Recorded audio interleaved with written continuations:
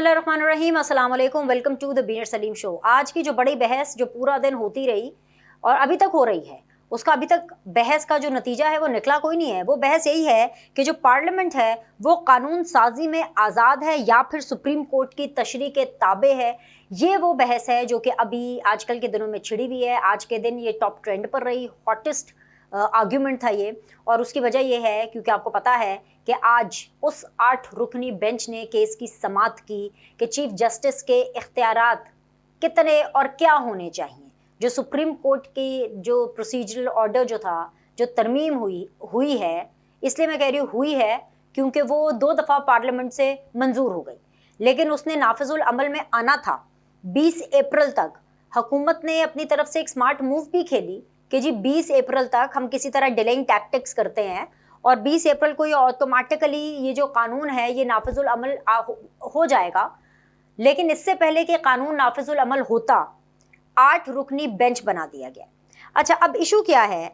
Issue ये है कि कुछ ऐसे अल्फाज हैं जो कि आपके दिमाग के अंदर, आपके जहन के अंदर पूरे तरीके से नक्श हो जाते हैं, जैसे आइन हो, कानून हो, इखलाक हो।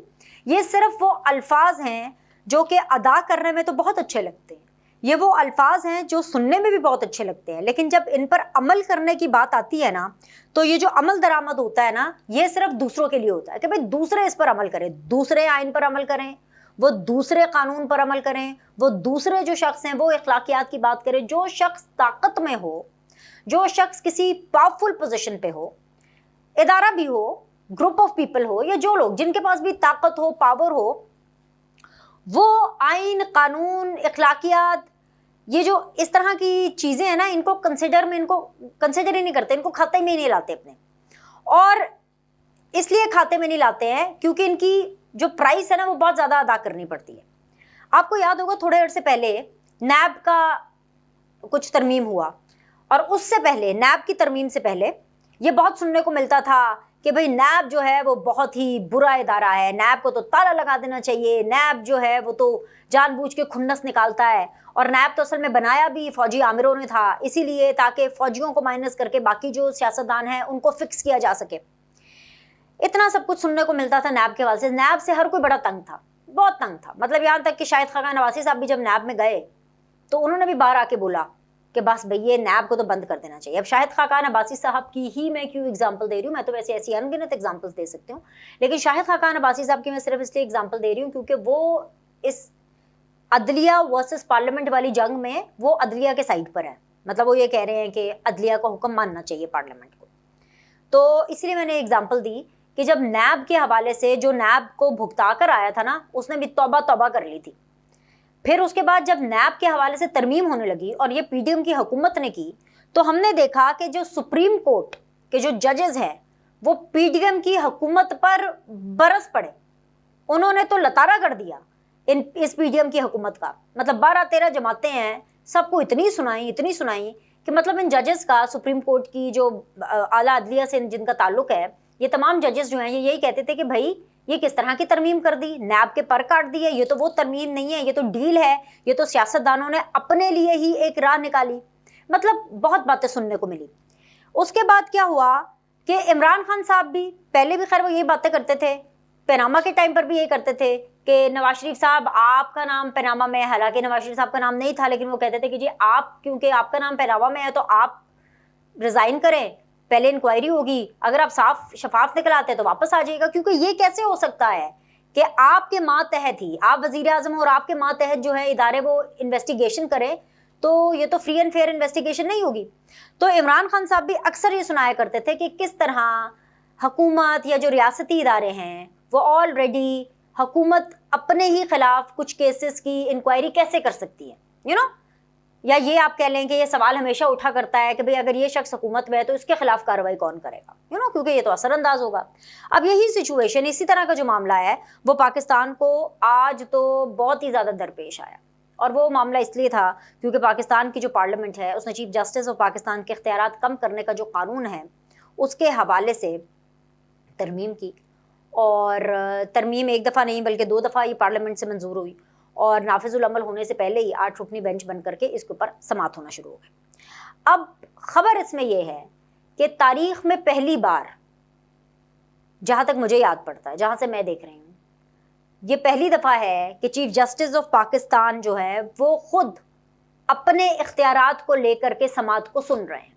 बेंच भी जाहिर सी बात है हम ख्याल है, इससे पहले चीफ जस्टिस ऑफ पाकिस्तान ने कभी भी अपने मुताल्लिक जो केस है वो नहीं सुना, और इस केस में जिनको मुद्दई होना चाहिए था वो जज है या मुंसिफ हैं, ठीक है। तो यहाँ पर जो फैसले आने हैं उनके ऊपर पहले से ही सवाल उठ जाता है। अब देखना यह है कि आगे क्या होगा, आगे क्या सुप्रीम कोर्ट जीतेगा, जो कि हमेशा से जीतता रहा है। जब भी सुप्रीम कोर्ट या पार्लियामान आमने सामने हो, जब भी सुप्रीम कोर्ट या वजीर आजम आमने सामने हो, या फिर इस दफ़ा एक नई तारीख रकम की जाएगी, इस दफ़ा पार्लियामेंट को इज्जत दी जाएगी, या इस दफ़ा पार्लियामेंट की बालादस्ती की बात होगी। अगर आप हालात देखें, और एटलीस्ट फिर से मैं वो बोलूँगी जहाँ से मैं देख रही हूँ, मुझे तो ये लग रहा है, और मुझे सीधा सीधा लिखा हुआ राइटिंग ऑन द वॉल है, सामने नज़र आ रहा है कि जो सुप्रीम कोर्ट है और ये ख़ास तौर पे जो 8 रुकनी बेंच है, इन्होंने मुकम्मल तौर पर ये तैयारी कर ली है कि इन्होंने शहबाज शरीफ साहब को घर भेजना है, ठीक है। अब जिस हद तक टाइम बाय कर सकती है ये हुकूमत या शहबाज सरकार, बस यही उनके फ़ायदे की बात है। इससे पहले कि आप लोग मुझे बातें सुनाएं, मजीद आप कहें कि नहीं ऐसा नहीं है, ऐसा नहीं है, ऐसा नहीं है, तो ऐसा है, मैं आपको ये बता देती हूँ कि जी नेशनल असम्बली ने सुप्रीम कोर्ट का जो 8 रुकनी बेंच है उसके खिलाफ करारदाद मंजूर की है। ना सिर्फ उन्होंने करारदाद मंजूर की, बल्कि उन्होंने ये कहा कि जी इस बेंच को तहलील भी होना चाहिए, फुल कोर्ट ही बनना चाहिए। फुल कोर्ट का बार बार क्यों हो रहा है, क्योंकि उसमें ऑब्वियसली 15 के करीब कोई जजेस आ जाएंगे। अब ये जो सुप्रीम कोर्ट के जितने भी 15 जजेस हैं ना, टोटल 8 तो ये वाले हैं, तो जो बाकी 7 है ना, उनके ऊपर थोड़ा एतमाद है बाकी जमातों को भी। अब उन्होंने कहा कि जी इसको भी तहलील होना चाहिए, और साथ ही साथ पार्लियामेंट की बालादस्ती के हवाले से जो करारदाद है वो भी मंजूर कराई गई है। अब मसला ये है कि ये बात इस नहज तक पहुंची कैसे। ये इस नहज तक इसलिए पहुंची क्योंकि पिछले 1 साल में जब शहबाज सरकार ने हुकूमत संभाली, जब पीडीएम की हुकूमत आई, तो इन्होंने अपने कुछ पत्ते अच्छे से नहीं खेले। जो फौज है ना इस टाइम पर, वो एक तमाशाई का किरदार अदा कर रही है, यानी कि वो तमाशा देख रही है, वो देख रही है कि कौन क्या तमाशा कर रहा है। फौज को इलेक्शन के हवाले से जो भी रिजर्वेशन थे, उन्होंने इलेक्शन नहीं कराने, तो उन्होंने जो है ये बात हुकूमत को कन्वे की, और उन्होंने हुकूमत से कहा कि आप इसको इंश्योर करें कि आपने कोर्ट को, अवाम को, बाकी पार्टीज को, कौम को कैसे बताना है कि इलेक्शन नहीं कराना है। अब ये जो लुच्च तली हुई है ना, ये जो लुच्चे फ्राई हो रही हैं, ये सारी इसीलिए हो रही हैं क्योंकि जब सियासतदान ये काम करते हैं ना, और किसी की डिक्टेशन पर ये काम करते हैं, तो फिर इसी तरह काम होते हैं। अब आप पूछेंगे पिछले 1 साल में ऐसा क्या नहीं हुआ, या ऐसा क्या गलत हो गया। पिछले 1 साल में वो गलत हुआ कि भाई जहां पर इनको डट कर खड़े होना चाहिए था, खास तौर पे मैं नून लीग की बात कर रही हूँ, डट कर खड़े होने के बजाय ये तो धड़ल्ले से लेट गए। और ये बात मैं नहीं कर रही हूँ, ये बात नून लीग की अपनी हुकूमती बेंचेस में से आ रही है। ये बात हुकूमती बेंचेस में से ही वजीर कानून तारर साहब कर रहे हैं।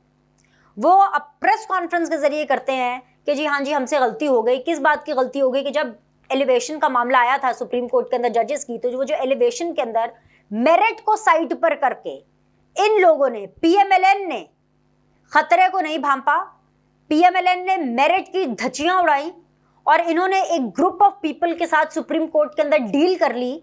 और जो आज ये हम कह रहे हैं ना 15 बेंच है, 15 जजेस हैं, और 15 में से 8 का ये जो बेंच बना है, और सारे के सारे बेंच के ऊपर जो एतराज है, जो आज ये रोप पिट रहे हैं ना, इन 8 लोगों में से 2 लोग कम हुए होते अगर नून लीग ने उस टाइम पर मेरिट पर फैसला किया होता, और अगर नून लीग ने उस टाइम पर जजेस की एलिवेशन के हवाले से पार्टी का मौकफ के बजाय तारर साहब ने अपनी दिल की सुनी होती, जिसके लिए आज आजम नजीर तारर साहब माफिया मांग रहे थे। तो भाई मेरिट पर जब आप कोई काम नहीं करते, जब मेरिट की धज्जियां उड़ती हैं, तो क्या वो करप्शन नहीं होती? वो भी तो करप्शन होती है, और उस करप्शन की माफी मांग ली। आज तारर साहब कौम से माफी मांग रहे थे, तो आज इनको पता चला कि इनसे 1 साल पहले कितनी गलती हो गई थी। आप समझ रहे हैं? जो जुडिशरी काजी फाइज ईसा के हवाले से, उनके खिलाफ रेफरेंस के हवाले से पर एक नहीं हुई, एक मुट्ठी नहीं बनी, यूनाइटेड नहीं हुई, क्योंकि काजी फाइज ईसा के हवाले से जो रेफरेंस दायर किया गया था, वो तो कोई अंधा गूंगा बहरा भी बता सकता है कि ये बायस पे रिलेटेड था और ये गलत था। वो नून लीग को क्या फायदा देगी? और नून लीग के ऊपर इसलिए मैं ज्यादा तनकीद कर रही हूँ क्योंकि उन्होंने मेरिट के अगेंस्ट जा करके 2 जजेस, अब जाहिर सी बात है मेरे पे कंटेम्प्ट लगेगी ना, खुद तो ये लोग आके माफिया मांग लेते हैं, खुद तो ये लोग लेट जाते हैं, खुद तो इन लोगों के अंदर दम नहीं है टाइम पर खड़े होने का, सारी मेहनत पर पानी फेर देते हैं और आगे फिर हम जैसे मीडिया वर्कर्स को कर देते हैं कि हाँ जी इनके ऊपर कंटेम्प्ट लगे। अब 2 जजेस ऐसे मैं नाम नहीं लूंगी, सबको पता है, जो सबको पता है 2 जजेस अब इन 8 रुकनी बेंच में ऐसे हैं जो कि out of their turn deal के तहत ही इनको ऊपर लाया गया। अब आप 1 मिनट के लिए सोचिए, अगर ये 2 जजेस ना आते तो इस टाइम पे जो 15 में से 8 लोग including chief justice of Pakistan Umar Ata Bandial साहब हैं, उनकी 2 वोट कम होते, उनकी 2 स्ट्रेंथ्स कम होती, ठीक है, 7 इधर होते 9 इधर होते, मेजॉरिटी इन लोगों को मिल जाती। इन लोगों से मुराद ये कि चाहे वो नून लीग के हक में फैसले ना करते, चाहे वो पीपल्स पार्टी के हक में फैसले ना करते, कम से कम वो पार्लियामेंट के अगेंस्ट भी फैसले ना करते, पार्लियामेंट की इज्जत और तकरीम को तो देखते, लेकिन उनसे पूछा ही नहीं जा रहा, उनको किसी खातिर में ही नहीं लिया जा रहा। तो भाई आज मुझे बताएं, आजम नज़ीर तारड़ साहब की जो माफ़ी है उसका मैं क्या करूं? चले जी हमने तो माफ़ कर दिया, हमारा तो दिल फिर बहुत बड़ा है, हम तो फिर भी सियासतदानों के लिए दिल में नरम गोशा रखते हैं। मैं तो फिर भी कहती हूँ सियासतदान आमिरों से बहुत बहुत बहुत बेहतर होते हैं, ठीक है, कह दिया मैंने। लेकिन मुझे ये बताएं कि कौम से माफ़ी मांग करके ये हक अपना अदा कर देंगे, फिर रोते क्यों हैं? फिर फेस करें म्यूज़िक को, फेस करें कॉन्सिक्वेंसेस को। और वही हुआ आज के दिन, जो ये कानून था तरमीम वाला, बेसिकली जो ये इख्तियारात वाला है, जो सुप्रीम कोर्ट की इस्लाहात के हवाले से जो बिल था जिसको नाफिजुल अमल होना था और इससे कानून बनना था, इसको मुअत्तल कर दिया है, इस पर होल्ड लग गया है। तब तक होल्ड लगा है जब तक ये समाअत नहीं चल रही। तमाम फरीक़ैन को नोटिस भी जारी कर दिए गए हैं। अब अगली हेयरिंग इसकी 2 मई को होनी है। सो जब तक ये हेयरिंग चलती रहेगी, नया कट्टा खुल गया है, तब तक ये कानून भी नहीं बनना, चाहे इसको पार्लियामान और मजीद जितनी दफा भी मंजूर कर ले। सो ये चीज आपको बताती है कि supreme court and chief justice जो है उमर अता बंदयाल साहब, उनकी इंटेंशन क्या है, वो किस तरफ आगे बढ़ रहे हैं। मैंने आपको पहले भी कहा था कि हुकूमत की नाक से लकीरें निकलेंगी। शहबाज शरीफ साहब के लिए एक बहुत मुश्किल फाइट होने वाली है, इस हद तक मुश्किल होगी कि हुकूमत को जो डिफेंड करते हैं अटॉर्नी जनरल, वो भी आप देखिएगा कि supreme court, Imran Khan, election commission, इन सब के साथ आकर के खड़े होंगे। आप शुरुआत तो होने दें हेयरिंग की। और इसका सारा का सारा कसूर सिर्फ और सिर्फ सुप्रीम कोर्ट का नहीं है, कुछ कसूर लोगों का खुद भी होता है, जो आप फैसले करते हैं, जो आप बीतियां आप करते हैं, जो आप अपनी तरफ से वो दिखाते हैं ना तेजियां, शाह से ज्यादा शाह की वफादारी, उसके चलते कुछ चीजें खराब हो जाती हैं, जैसे कि अभी खराब हो गई हैं चीजें। तो it is going to be a very tough fight, जैसे मैं बार बार कह रही हूँ। अभी क्या है ना कि जितने भी जो वकला हैं वो मुज़ाहमत का ऐलान कर रहे हैं, वो मुज़ाहमत कर रहे हैं इस चीज़ के ऊपर। जाहिर सी बात है जुडिशरी के अंदर एक डिवाइड नज़र आ रही है। अगर जुडिशरी के अंदर इमरान खान और पीटीआई की सपोर्ट है तो जुडिशरी के अंदर पीएमएलएन एंड पीपल्स पार्टी की भी सपोर्ट है।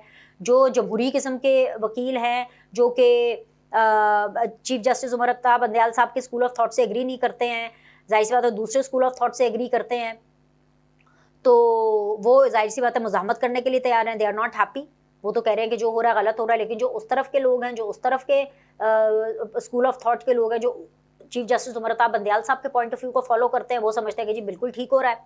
जैसे कि मैं आपको इसकी एक छोटी सी एग्जांपल देती हूँ कि यही जो नैब तरमीम हुई, इसके ऊपर कितना वावेला हुआ है ना, कि क्या हुआ। हालांकि सबसे ज़्यादा फायदा इस नैब तरमीम में से कौन उठा रहा है? इमरान खान और पाकिस्तान तहरीक इंसाफ। इमरान खान के ऊपर हाथ डला है, उनकी काबीना में से किसी के ऊपर किसी ठोस मुकदमे में, ये ओंगे बोंगे चुंगे मुंगे के मुकदमे नहीं कह रही कि उठाओ, तंग करो, इधर लेके जाओ, उधर लेके जाओ, 3 दिन जेल में रखो, 15 दिन जेल में रखो, ये नहीं। किसी के ऊपर एक प्रॉपर काबीना के किसी के ऊपर कोई मुकदमा हुआ है, इमरान खान साहब को छू भी सके हैं। ये सबसे ज़्यादा बड़े बेनिफिशरी तो नैब की तरमीम के इमरान खान साहब और पाकिस्तान तहरीक इंसाफ की हुकूमत निकल आई है। सिर्फ यही क्यों? 1 मिनट के लिए आप सब ये सोचें कि इस टाइम पर मुल्क के वज़ीर आज़म शहबाज शरीफ नहीं है और मुल्क के जो चीफ जस्टिस हैं वो उमर अता बंदयाल नहीं है। एज्यूम कर लें कि इस टाइम पर मुल्क के वज़ीर आज़म इमरान खान हैं और मुल्क के जो चीफ जस्टिस हैं वो काजी फ़ाइज़ ईसा साहब हैं। और ये जो तरमीम है, ये जो चीफ जस्टिस के जो इख्तियारात के हवाले से ये जो तमाम तर कानून साजी है, ये इमरान खान और उनकी सरकार ने की है। और दूसरी तरफ काजी फ़ाइज़ ईसा साहब है, तो आप मुझे बताएं तब क्या सिचुएशन होती। आप इमेजिन करें कि तब क्या सिचुएशन होती। तब तो हाल ली मची होनी थी। आप समझ रहे हैं? तब पाकिस्तान तहरीक इंसाफ ने, तब इमरान खान ने, तब इन सब के हामियों ने ऐसे ऐसे आपको किस्से और कसीदे सुनाने थे कि भाई इन्होंने पता नहीं कितना अजीम काम कर लिया। तो बात वहीं पे आके ख़त्म होती है। समंदर को मैं कूजे में बंद करूंगी कि जो इखलाकियात हैं, जो आइन है, जो कानून है, वो सिर्फ दूसरों के लिए होता है, चाहे फिर वो हाईएस्ट फॉरम सुप्रीम कोर्ट और हाईएस्ट फॉरम के हाईएस्ट जो पर्सन है चीफ जस्टिस उमर अता बंदयाल साहब ही क्यों ना हो। दूसरों को नसीहत, खुद मियाँ फसीहत, सबका यही काम है। हुकूमतों को भी देख लें, इमरान खान साहब को देख लें, ऑपोजिशन में होते हैं कुछ और कहते हैं, वजीर आजम बनते हैं कुछ और कहते हैं। शहबाज शरीफ साहब को देख लें, ऑपोजिशन में थे तो क्या क्या बातें करते थे, हुकूमत में आए हैं तो कुछ नहीं। तो बस यही सारा सिलसिला है। आज एक और बड़ी हैपनिंग हुई। वो बड़ी हैपनिंग ये है कि नवाज शरीफ साहब ने शाही प्रोटोकॉल में, सऊदी शाही प्रोटोकॉल में उम्रा अदा कर लिया है। तो नवाज शरीफ साहब को उम्रा मुबारक। इस बारे में हम मजीद बात करेंगे अगली वीडियो में। अभी के लिए लाइक करें, सब्सक्राइब करें। आपसे अगले द बीनर सलीम शो में मिलते हैं।